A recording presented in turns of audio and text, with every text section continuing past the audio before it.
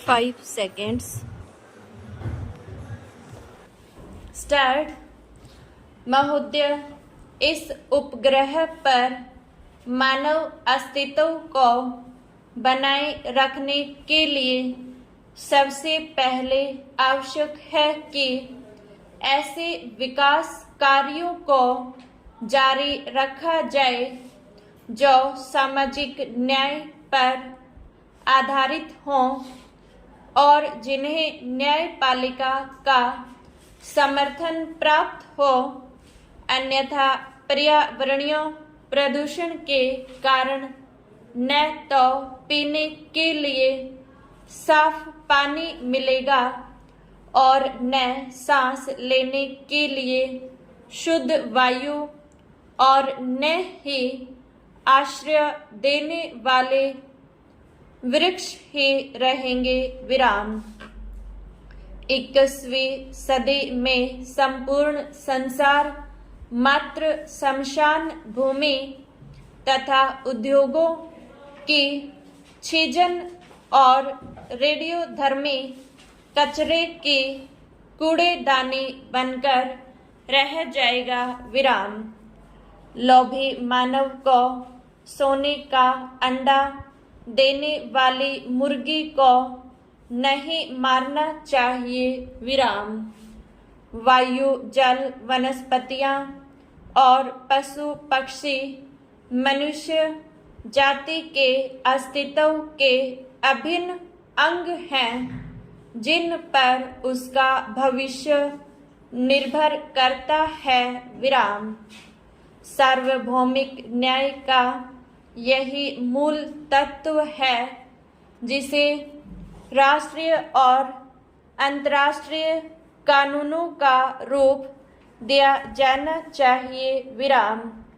कुछ विशेष अपवादों को छोड़कर हमारे न्यायालय समझते हैं कि पर्यावरण संबंधी कानून से न्याय व्यवस्था भंग हो जाएगी और कानूनी अधिकारों का हनन होगा, क्योंकि हमारे विधिवेत्ता और न्याय प्रणाली कानून को इन नए आयामों से अपरिचित ही नहीं, अनभिज्ञ भी हैं। विराम।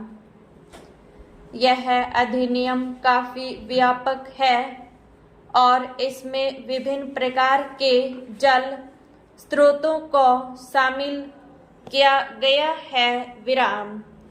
अधिनियम में केंद्रीय और राज्य प्रदूषण निवारण एवं नियंत्रण मंडलों की स्थापना का प्रावधान किया गया है जो स्वायत्त निकायों के रूप में कार्य करेंगे। विराम। अधिनियम के कार्यान्वयन के लिए स्थापित इन मंडलों के दो महत्वपूर्ण कार्य हैं: प्रदूषण मानक निर्धारित करना तथा उद्योगों के कचरे और वहित मल की नदियों में बहाने के लिए स्वीकृति प्रदान करना। विराम। केंद्रीय प्रदूषण नियंत्रण मंडल केंद्र सरकार और राज्यों के प्रदूषण नियंत्रण मंडल राज्य सरकारों के लिखित निर्देशों का पालन करने के लिए बाध्य होंगे। विराम।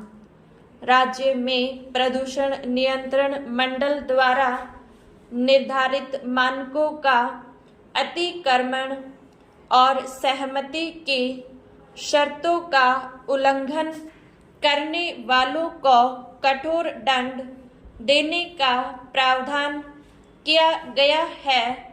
तथापि इस अधिनियम के अधीन प्रदूषण नियंत्रण मंडल द्वारा शिकायत किए जाने पर या उसकी पूर्वानुमति से ही किसी न्यायालय द्वारा किसी अपराध पर विचार किया जा सकता है विराम।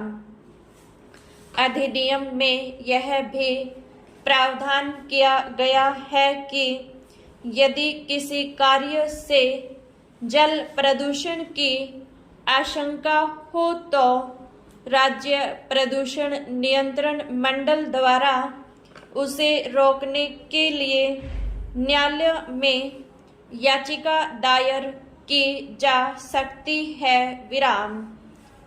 इस अधिनियम के द्वारा पानी के नमूने लेने, जांच और मुआयना करने के लिए प्रदूषण नियंत्रण मंडलों को व्यापक अधिकार दिए गए हैं विराम पैरा।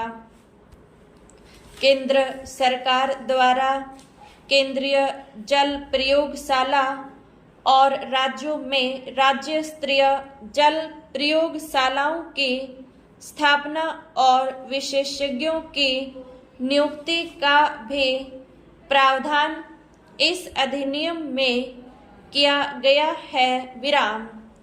वहित मल और उद्योगों के कचरे से होने वाले जल प्रदूषण को रोकने के लिए आवश्यक उपाय स्वयं करने का अधिकार भी राज्य प्रदूषण नियंत्रण मंडलों को दिया गया है विराम। यह अधिनियम लगभग ब्रिटिश अधिनियम की नकल है और प्रदूषण फैलाने वाले या उससे प्रभावित समुदाय दोनों पर इसका कोई असर नहीं पड़ा विराम।